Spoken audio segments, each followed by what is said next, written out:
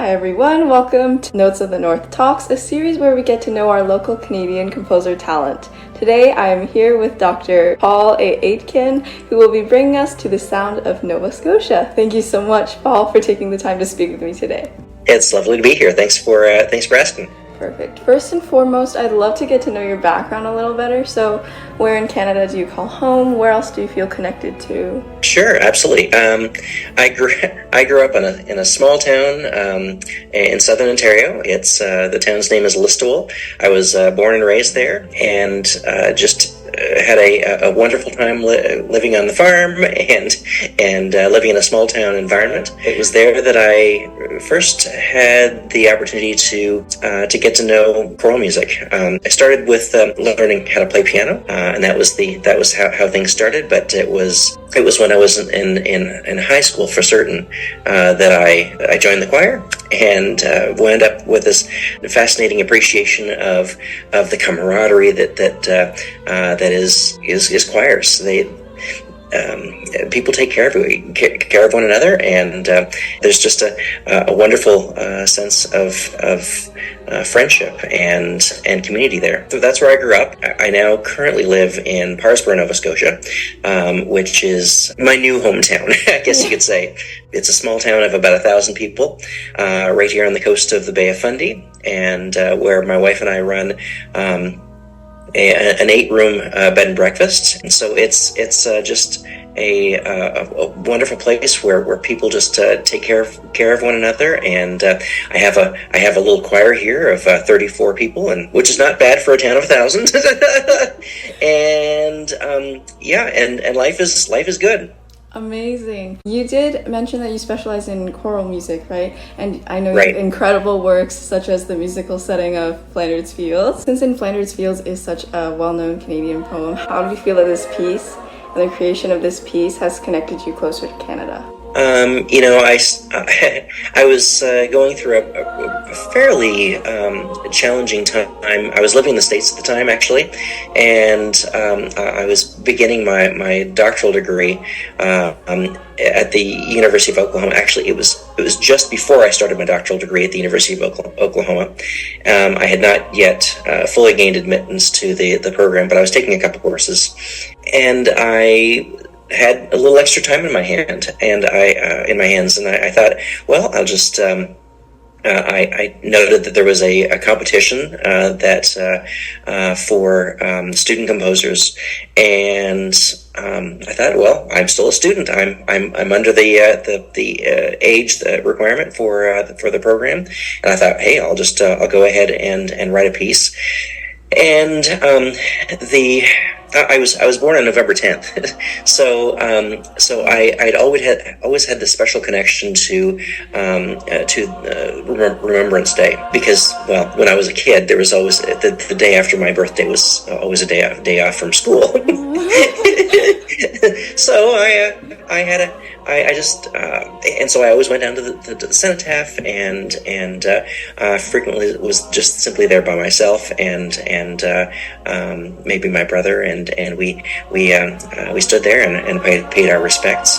So there was this as I was sitting there in Oklahoma, thinking about this competition, I thought, I really want to set Flanders Fields in Flanders Fields. Especially considering there's also a connection to John McCrae was born and raised in Guelph, which is not that far away from where I grew up, and so I spent some time really thinking deeply about the poetry, what its intention was, and that became my why. So I started digging into it, spent some time improvising on some themes, and a few weeks later I'd written my setting of Flanders Fields. It was really meant to be at the time, and it really pulled me back to my Canadian roots, which I was missing deeply. That's amazing. I guess getting into a little bit more specifics, right? You've moved around a lot in several different areas, like you mentioned, studying Yep. Ontario, the United States, and now in Nova Yep. Scotia. How have your surroundings influenced your compositional choices or your creative process? Since I guess as a musician myself, right, your environment greatly inspires you. So could you elaborate? It does. It does, and your situations inspire you too. I moved after getting a degree at Western. I moved to the States in the early '90s, and was given a great opportunity at Southern Illinois University at Carbondale, which is a great school for music. They were pulling together a brand new program in opera musical theater, and I thought, hey, I'm game. I'm really interested in all of those things, and so I applied for the program, got in, moved down there, and was surrounded by the culture. During my 3 years in Southern Illinois, I got involved in a church choir, and ultimately became the director of the church choir. But they had no budget, so and the music library that they had was so dated and was not fit for the 14-member choir that they had at the time. So I started just dabbling with some arranging, and I had done some arranging when I was in high school, but nothing serious.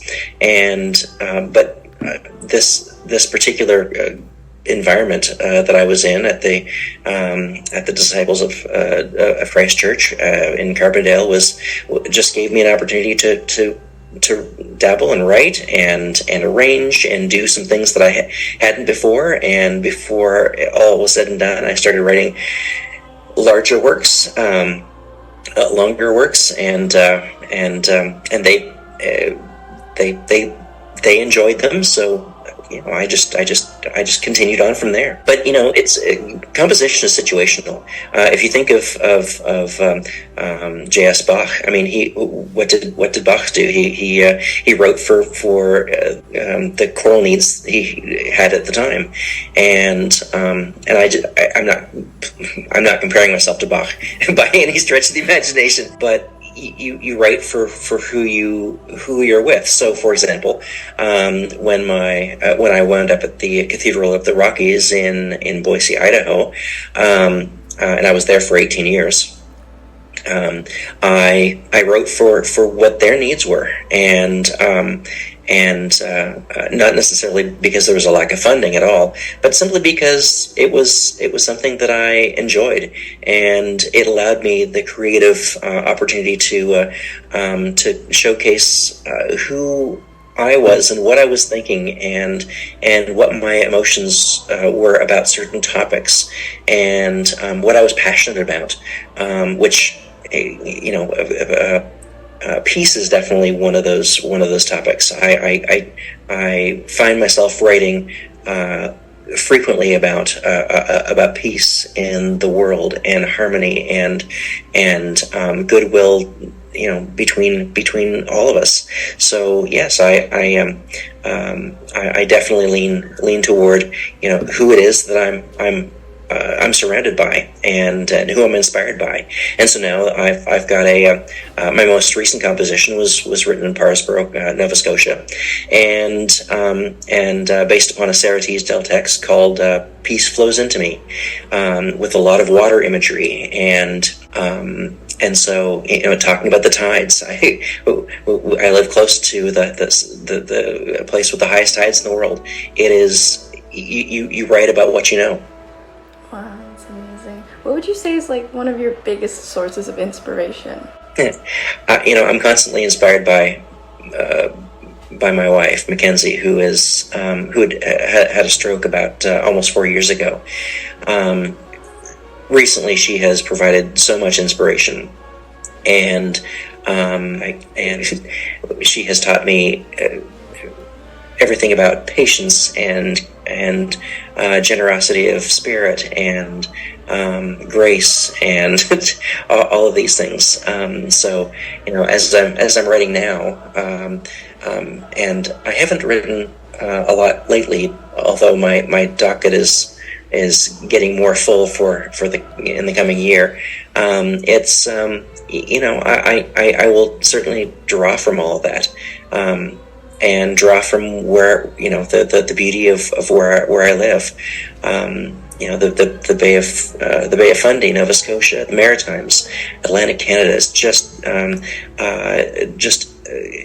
is so evocative of wonderful imagery, and I can draw from that. I can draw from the peacefulness of the community and the grace and compassion of the people that live here. When somebody asks me, and actually I'm going to talk about Dan Gothrop. Dan Gothrop is a great U.S. composer currently, and he's the one that says, when asked how long does it take to write a piece, he says it takes a lifetime, because you are pulling everything together from your entire lifetime of learning and pouring it out on the page. And I can't agree more.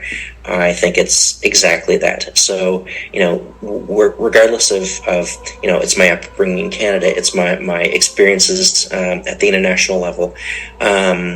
It's the serenity of where I live now. That's all part of what goes into my music making, and whether it's at the compositional level, or when I'm at when I was at Carnegie Hall in May. It's all of these things that you pull together to pour out into your music making. Definitely. I think peace and serenity are huge themes that I'm seeing that are and they are so lacking in the world right now. Unfortunately. It's one of the reasons why I write about it. It's so essential. My next big work is likely about climate change. We have to talk about it. We have to write about it. We have to be forward thinking and as musicians and create great opportunities for people to potentially make a change in the world. And musicians are leaders when it comes to social change. Absolutely. And one of the other composers I've spoken to, Tati Agoch, she's also very passionate about the environment and social justice. So we see a common theme in musicians, right? Absolutely. So what do you think is one of your works that best represents your musical style? So if people listening listen to one piece, which would it be? One piece. Yes. So I'm best known for Flanders Fields, and that would be the low hanging fruit. But the truth of the matter is I wrote a cantata in 2008-2009 called "And None Shall Be Afraid," and it's based upon 5 different peace prayers from 5 different faith bases, and it's if you're looking to truly capture or hear all of the flavors, the power, the presence, the personality of my music. You'll find it there. It's and you'll also hear it was written 10 or so years, or let's see, 7-8 years after 9/11, which impacted the world deeply. And I won't just say the U.S. It impacted the world. It changed how we thought about one another, and from I wrote it a year after I visited Israel for the first time, and my thought process in writing it was there's so much more that unites us than divides us, and it was time for somebody to write something that leaned into that deeply. And so 5 different peace prayers, and trying to get a message across that we are all in this together. That's beautiful. What do you think is the role that composers play in Canada's cultural scene? I think we have the opportunity to potentially change the world. in small incremental ways and in large monumental ways. And I believe that I had a guest at the inn this morning who suffered with Parkinson's for the past 18 years, and he introduced me to his daughter's music, who writes for film, and as I'm standing beside him and as he's showing me this wonderful moment in film, it had all of the feelings that you want when you listen to great music, and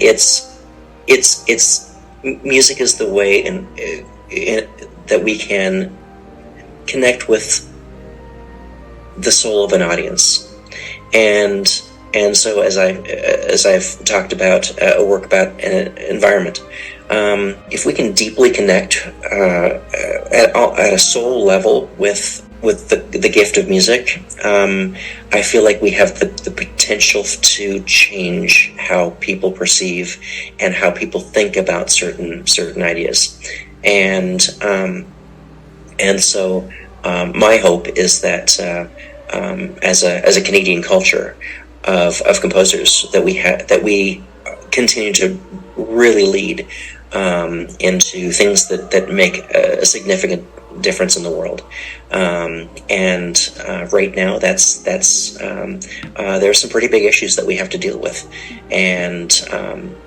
whether that be simply just understanding one another, taking care of one another, learning from one another, modifying how we deal with transportation. I think I think music can lead the way there. Yeah, and composers are at the heart of that. And we have to do that at a broad level. Awesome. As a final message, is there anything you would like to share with young Canadians who are listening? Absolutely. I would say never let the naysayers of the world get the better of you. It's okay to lead your own way and do your own thing, because at that point you're being much more integrous to who you want to be. For example, I'll give you two examples. When I was planning on, when I applied to the University of Oklahoma for my doctorate, I didn't get in, and I was moving to Norman, and I thought, well, there's only one university there, and their particular doctoral program in choral music was highly renowned, and with a great head of the department there, Dr. Dennis Schrock, and I wanted to work with him. And so I applied, and I didn't get in. So I retooled and thought about some things, and then I applied for the vocal program, and did my vocal audition in opera, and I didn't get in. So knowing that I was going to be in Norman anyway, I decided to take a theory course and a history course, and I can't remember what else. But it was during that time of tremendous introspection that I continued to. I applied once again for the program, and I was writing a little piece called Flanders Fields. And that particular piece did win the competition with the American Choral Directors Association, and it was premiered in February of 2009 and printed, and now we've sold something 60,000, 70,000 copies of it. It's exciting. And not long after that, I was reconsidered for the choral program, and I got in. Awesome. And I completed the doctoral program, and it's the DMA that I have presently. So that's one example. The second example is after my wife's stroke in 2020, and after we lost her youngest son, Caden, and after COVID, we made a pretty significant change in our world. And it had always been my hope that we would one day move back to Canada, and we saw all of those scenarios coming together as an opportunity for us. There were a lot. We started throwing around the idea with a lot of people that we were going to move to Eastern Canada, and open a bed and breakfast, and we'd be great. It would be an exciting moment in our lives, and I'd still be able to be a musician. And there were. I've had a lot of pushback against that from a lot of different sources. That we'd been through an awful lot, but we did it anyway, and it was okay. And I feel like we've done so very successfully, and so yes, I make a lot of breakfasts in the summer now for a lot of wonderful people that come through the Maple Inn. But it's one of those things where I can, when we close the doors in the fall, late fall, I can put my composer hat back on and create a lot of music, and I still have a lot to say. That's amazing. I can definitely tell there's a lot of resilience and drive and strength in your journey, which is awesome. Thank you so much for taking the time to speak with me. You are very welcome. It has been a delight to meet you, and I thank you so much for connecting with me.